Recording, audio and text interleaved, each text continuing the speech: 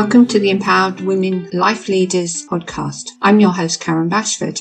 This podcast is for every woman who has ever felt limited by her past, silenced by trauma, or held back by society's expectations. Each week, we will share powerful stories, expert insights, and practical tools to help you become the leader of your own life. And this week, I am going to be talking about judgment. Now, I've actually made notes because I know for me, this is an important topic, one that perhaps is not spoken about as much as it should be. So I want to give it structure rather than just allow my thoughts to drift in and out and do as I usually do and just talk about experiences and such. For me, judgment is something I'm very, very conscious of. I actively seek ways to avoid judging, and yet none of us can avoid judgment. We all will judge.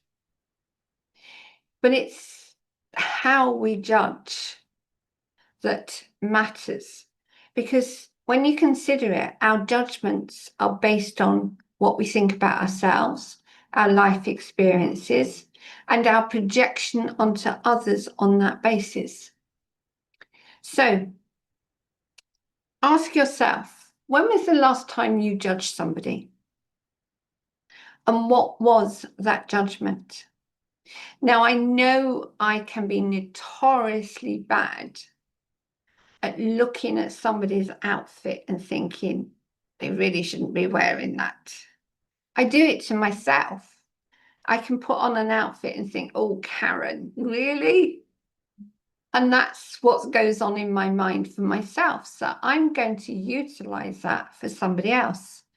Like a professional judgment, if somebody is in a meeting and is perhaps talking, and the way they're talking, it doesn't necessarily tie in with my idea of how somebody should behave in a professional setting. That's based on my experience within banking and various job positions that I've held, where people had to speak clearly. And that comes through. And that's based on my emotional feelings, reactions, and obviously my history. So the question is,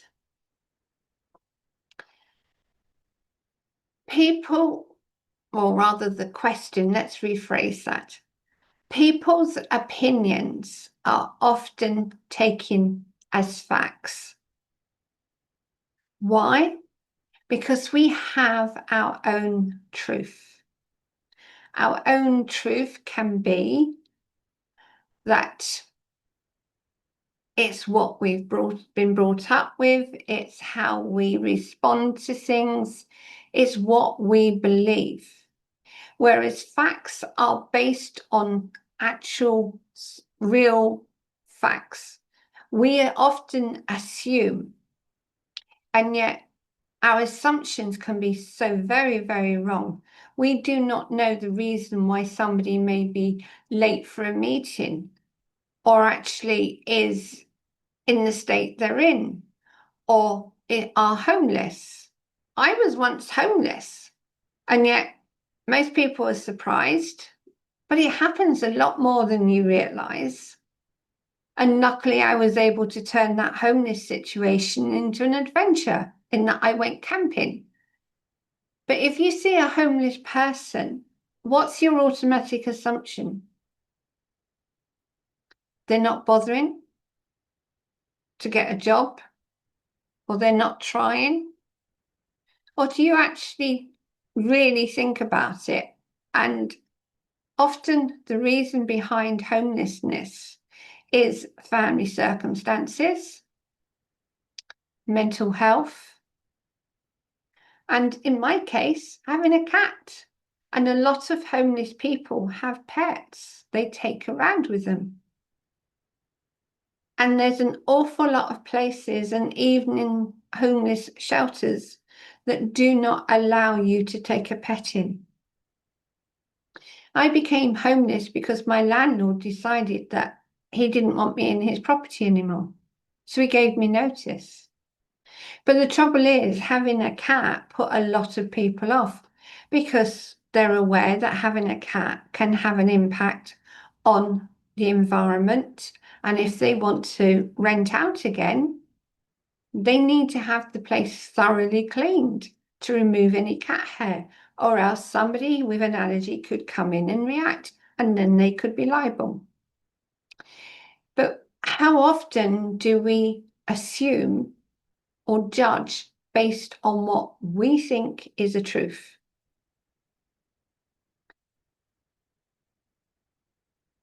And often that projection is our own fear, pain, or insecurity.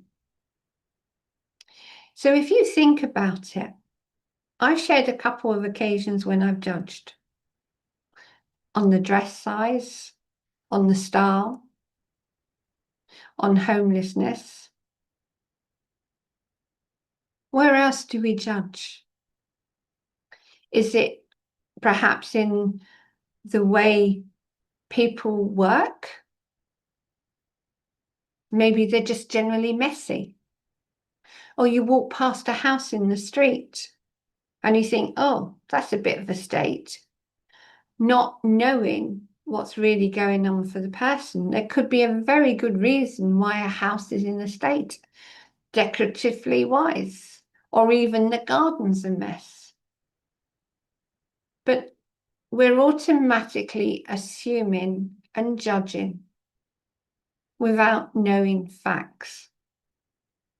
So if somebody's constantly late and it's having an impact on you, you're going to assume that they just can't be bothered to turn up probably on time. They're not very good at managing their time.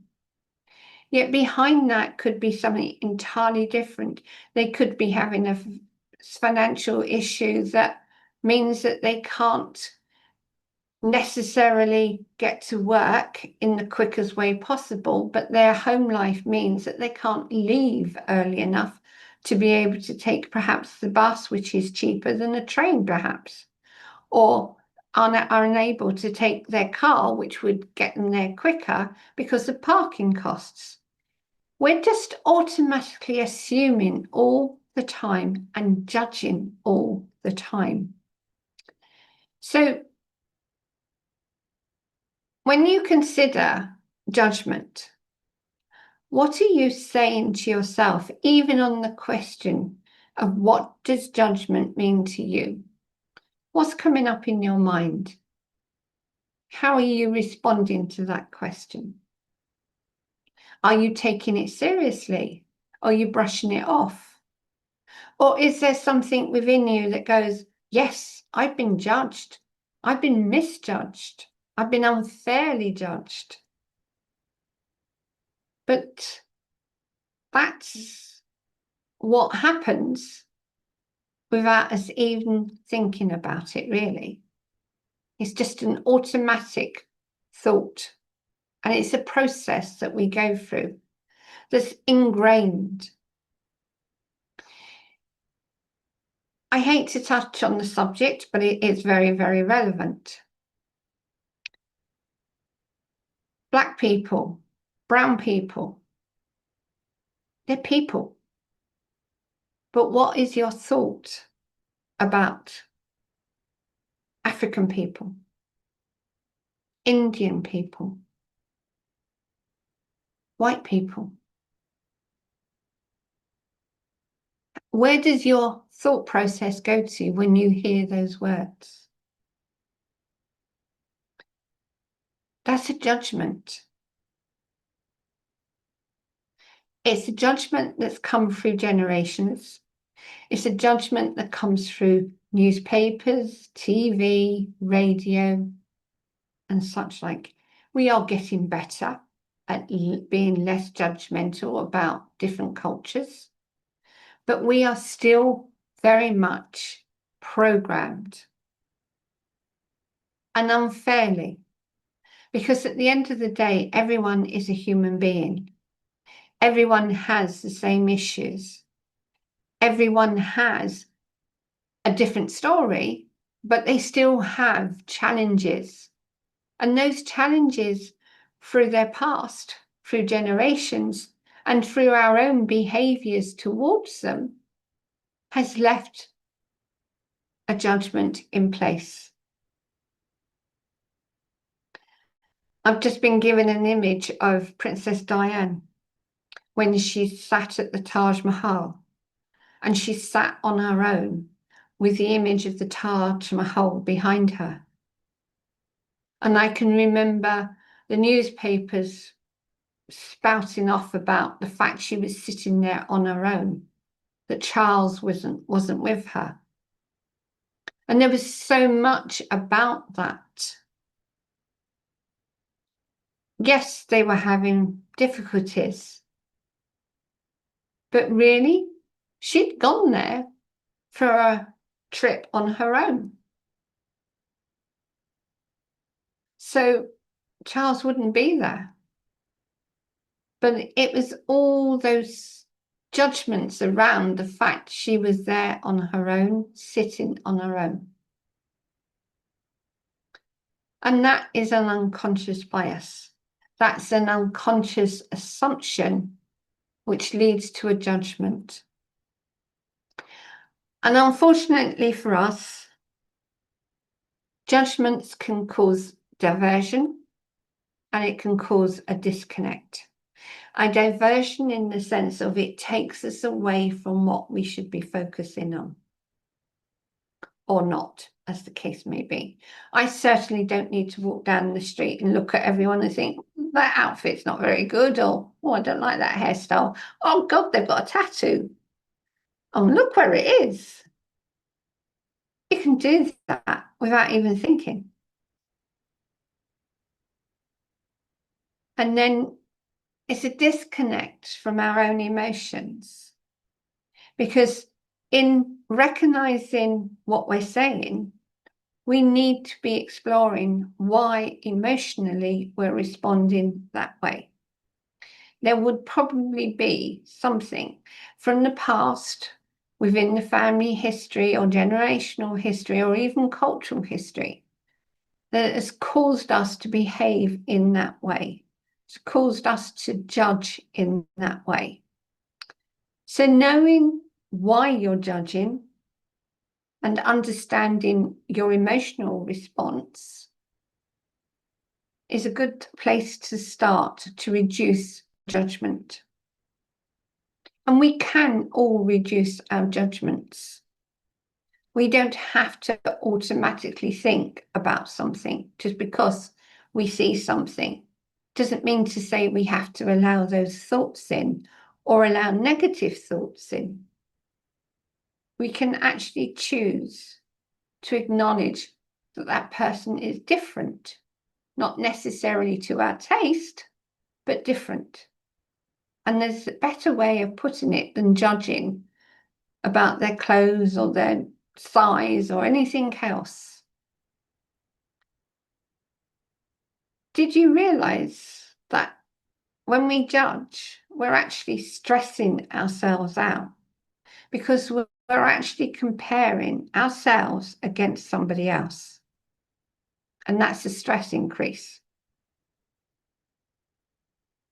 And it can affect our health. We're judging ourselves when we attempt to people please. We're saying that person is better than us, so I've got to please them. And why are we people pleasing? Because we don't consider ourselves good enough. We are comparing. Why would we compare ourselves with somebody else? They have a different lifestyle. They'd have a different upbringing. They have a different history. And yet we still manage to compare ourselves and judge ourselves against them.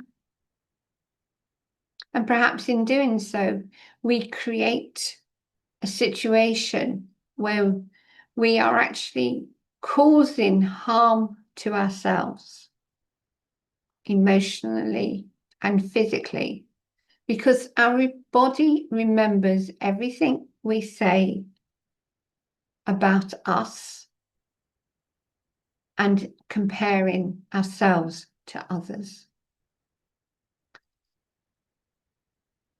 Judging others and fearing judgment, surprisingly, both activate the same emotional wounds. Interesting. So what I think about myself and what I think about somebody else are actually being triggered by an emotional wound.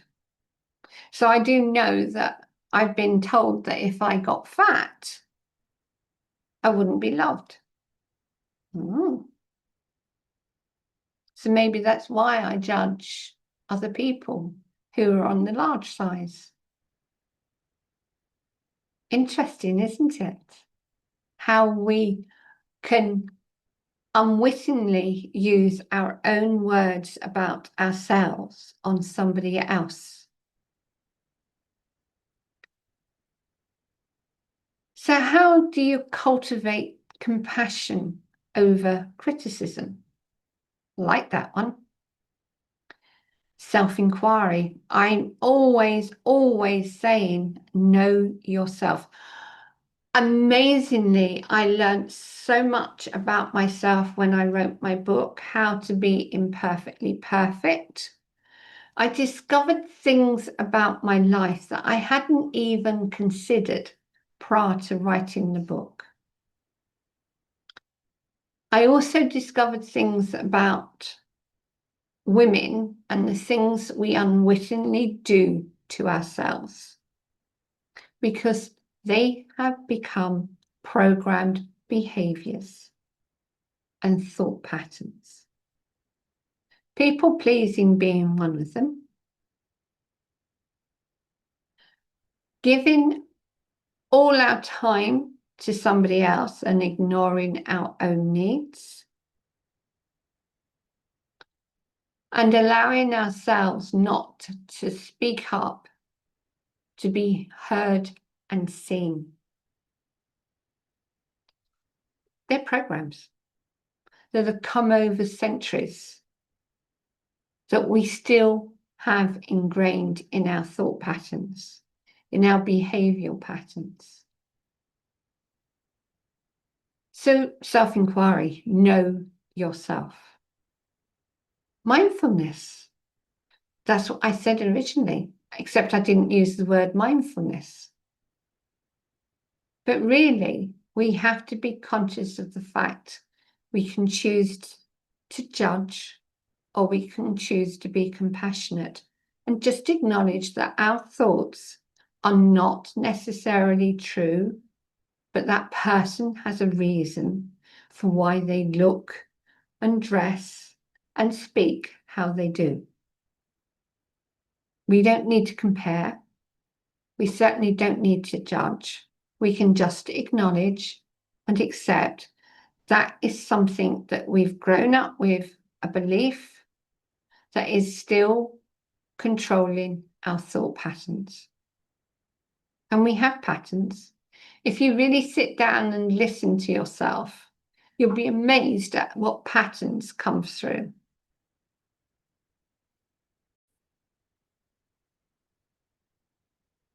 We can always journal.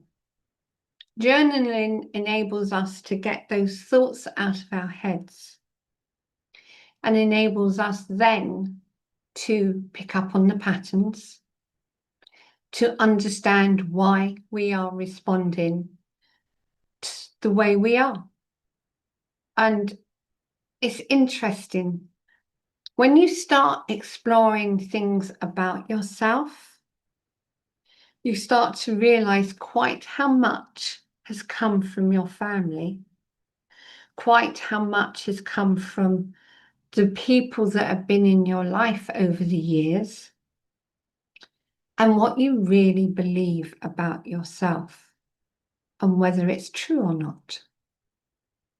I certainly found that in my breakdown and breakthrough, I had behaviours that were not serving me at all. Writing the book certainly highlighted some, but going through the breakdown really highlighted how I kept trying to please everyone else, but never myself. So journaling and writing a book is a bit similar to journaling, really. And even sharing posts on LinkedIn and Facebook and Instagram and places like that highlights what's really going on in my life that I need to be aware of. Because in becoming aware for myself, it then enables me to highlight what's really going on for other women and men that can be having an impact on how we live. And if you consider generational history plays a major part in our society and how we respond and what we think and how we judge. Shadow work, as it's called. I call it inner child. I call it healing. Shadow work is simply taking the time out to dive into the history of your life and finding the times when you created emotional reactions. And the more emotional reactions you have, the more you're likely to trigger in circumstances that really have no need to trigger you. It's just that they've been so ingrained in you that you're not even realizing you're responding to them. I've worked with women who basically have felt unworthy because of their upbringing. But their upbringing was not a reflection of them. It was what the family was doing, and therefore how it impacted them and what they believed. So in knowing that the family history of perhaps a very domineering mother or father, or a parent who had no time for her child, or actually didn't want her child, who felt that the child was interfering in their lives, or parents that were so young that they didn't realize how their resentment of having a child was playing out in that child's life. Or in my parents' case, how their lack of love from their own parents was having an impact on my life and my siblings. We all handled it differently. And that's the thing. You have to do the work for yourself. You cannot do it for somebody else. But in doing it for yourself, you can actually change the relationship you have with other people.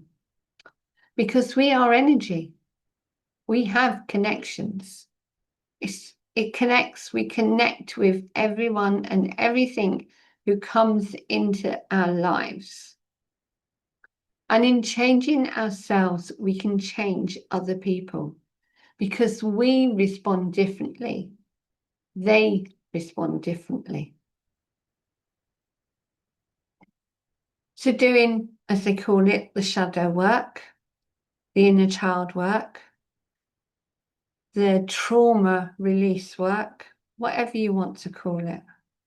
Doing that will change how you think and respond, because no longer are you holding on to a truth that isn't true. What we learn as children and what we experience as children are not necessarily needed as an adult, nor do we need to repeat them as an adult or within a family. We can change things simply by changing what we believe and how we respond to our triggers. We can release those triggers. So being aware with mindfulness and how you're responding. Journaling certainly will help. Self-awareness.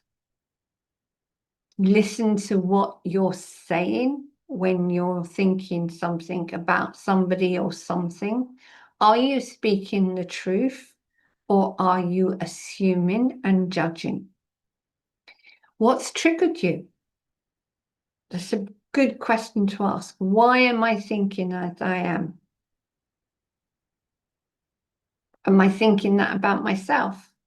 And if I'm thinking that about myself, what do I need to change in myself so I'm not thinking about somebody else?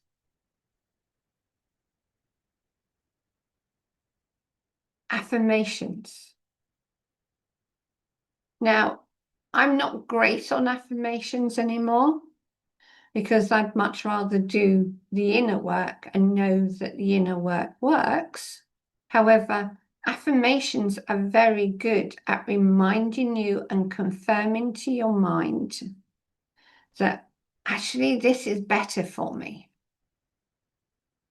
So confirming that you don't, or rather confirming that you are changing what you're listening to, how you're responding, will help. And I personally would prefer intentions than affirmations because intentions give you flexibility. Intentions actually state, I'm going to be doing this. This is what I'm looking for. Whereas affirmations, you're just repeating something. Intentions actually set you on a path of change. You decide what your intention is. So you could decide you are no longer going to judge somebody on their sizes. It's irrelevant. Size is totally irrelevant because, as I say, none of us know why somebody is that size. We don't know the history. I'm one that tends to use foods for comfort, but you don't know that unless I tell you that. So at times I've been hugely overweight. I'm still overweight, but I've stopped that comfort eating. And I'm now taking action to change things. But for me, judgment comes from this belief that people are fat and they don't look good fat any more than I think I look good fat. But that doesn't mean it's wrong or right. It's just a reality of what is going on for that person, and it's not for me to judge. So setting an intention works far better for me. You might be different. Affirmations might work for you. But find what works for you to actually start changing your thought processes and those truths that you're holding on to that aren't necessarily true.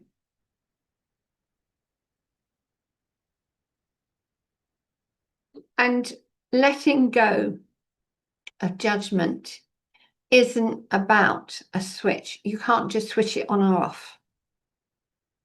It takes practice. So every time you're conscious of a judgment, acknowledge it and say, I don't need this. This isn't relevant. I don't know what's going on for them, so why should I judge? I do consciously now listen to when I do judge somebody or something and ask myself, why am I doing that? It's a split-second thought, but it's there. That intention to stop judging is already programmed. So I can make that change. So if you are misunderstood, if you're judged, if somebody says something that clearly indicates they're judging you, how do you respond? Do you say something? Do you get angry and upset? Or do you just accept it and say to yourself, well, that's their opinion? I don't have to listen to it. I can choose a different opinion. I can choose what's relevant for me.